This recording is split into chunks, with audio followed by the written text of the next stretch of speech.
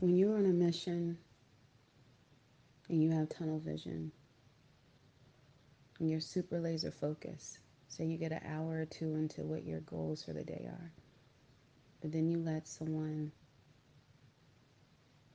put their day on your schedule, their situation, their concern, or they're just shoot the breeze type of situation where they just want to have somebody to talk to, you interrupt your tunnel vision. So that person does it and you end up over here. And then you get ready to get back on your tunnel vision, but then something else comes up and you go over here. Then another thing comes up and you go over here. Meanwhile, the amount of what you've done is static, but time is continuing to go on. And as you keep considering or keep putting yourself in a position to be sidetracked and be sidetracked, the minutes and the hours are continuing, but your progress isn't for the tunnel vision and the focus that you have for the day. So you come back to your tunnel vision with not as much done as you really needed to have had completed. And you've pressed down the things that needed to be done. Press them down, press them down, press them down. Some things will be destroyed by that pressure, and some things are going to disappear, and some things are going to exist, but they will never be at the full capacity, the full flourishing, the full immaculance that they would have been. They're going to operate in mediocrity. And that mediocrity comes from the lack of focus given to the original tunnel vision. This is a year where people really need to take accountability for what causes them to procrastinate and not to prioritize those things that they say that they want. You want certain aspects of your business to flourish. You want to have a relationship that's unshakable by challenges. You want to have a life where you feel like you're living at the fullest. Sacrifices and boundaries and accountability are an absolute necessity in order for that to be successful. Too many people let the most minor things distract them. And I'm not above that. One of my biggest distractions, which sounds terrible, is my mom. Because she's my mom. And I don't care about anything that I'm doing. Just about anything I'm doing can stop so that I can have a conversation with her. But I'll be honest with you, almost every single time, it's like, it's going to always be at least an hour. Unless we really just have a whole lot to do, each of us. But I had to start having accountability for the things in my life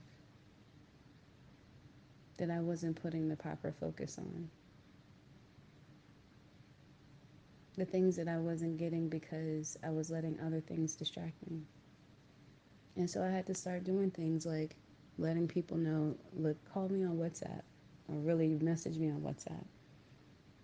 Because every time someone is calling you and you're stopping what you're doing, even if you're multitasking, you're not doing either thing at the full capacity of wellness.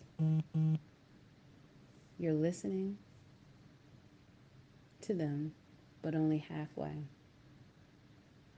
And you're not really taking it all in.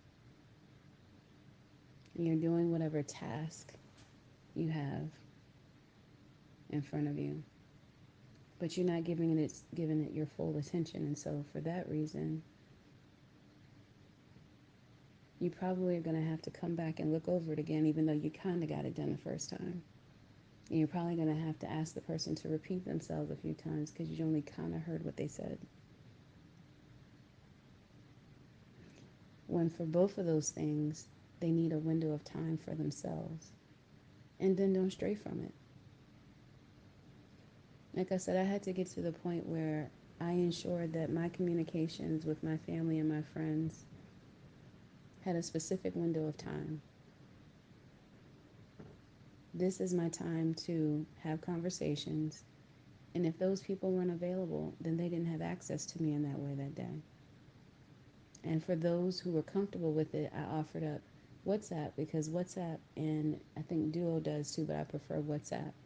They both offer an opportunity for you to leave messages so that a response can be provided at a time that's convenient for the recipient.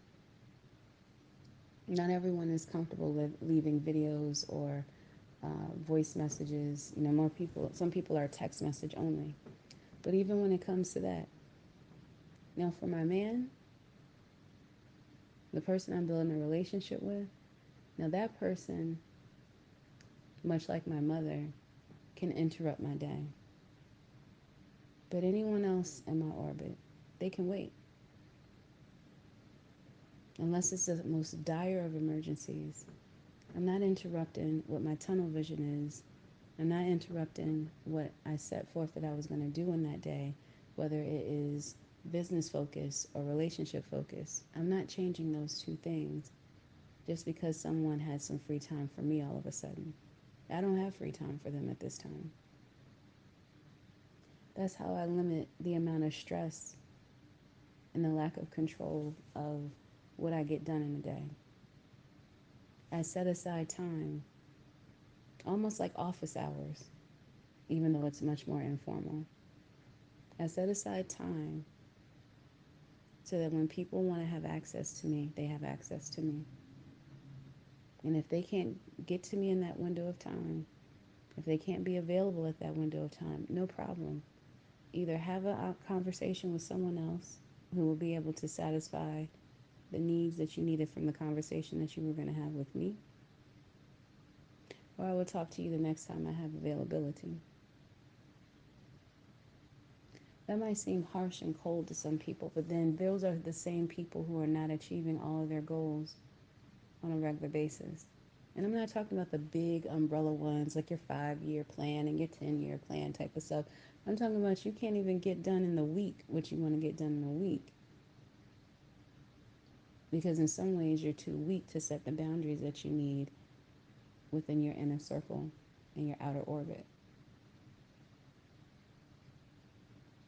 In 2022, I encourage every single person that is listening to my voice, say this to them right now, that they do better for themselves and they do better for the relationships that they're building, both business and personal.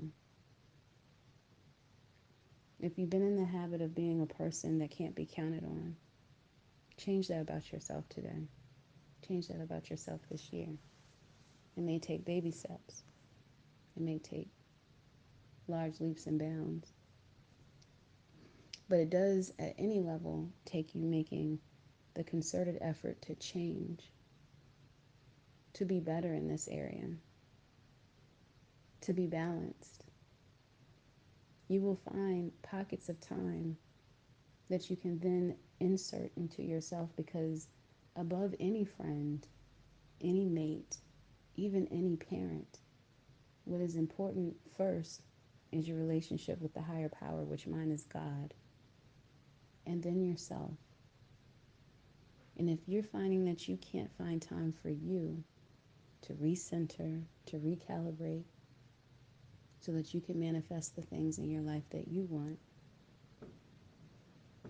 that's a problem. That's an issue. And you can't continue to put even yourself on the back burner. Forget everybody else. Make this the year that you recognize the importance of putting you first. Not selfish desires, but really finding time to heal yourself in the areas where you really need to be healed. To have moments to talk to God, to pray, so that you can get the clarity for your life you need at this point. Secondly, make sure that you're putting yourself in a position to take care of your family. If you have been fortunate and blessed enough to have an immediate family where you are a parent and you have children, definitely that needs all the attention that it can get because you're building little lives that are going to build little lives that are going to build little lives, legacy and generation. And so, by all means, please focus on that. But as the secondary layer to family, make sure that secondary level of family is being focused on, is being nurtured, is not being forgotten in the midst of so many distractions. That at the end of the day, hold no weight in the grand scheme of the things that you're manifesting for yourself in your life. If you are blessed enough to have someone to love and someone who loves you, that's who comes next. It doesn't matter how long you've known your friends. They're not next on this hierarchy. Not if you're at an age, especially, where you're looking to find a mate, a partner, someone to be long-term with, someone to be married to, or someone to just live your life out with, because everyone doesn't want to be married. Someone to build your family with, if you don't already have your own immediate family that you've been nurturing. Then your friends come into play. And if you're a person who's like me, who if I call you a friend, you are probably at a place of being like family. I don't have a lot of levels to my friendships.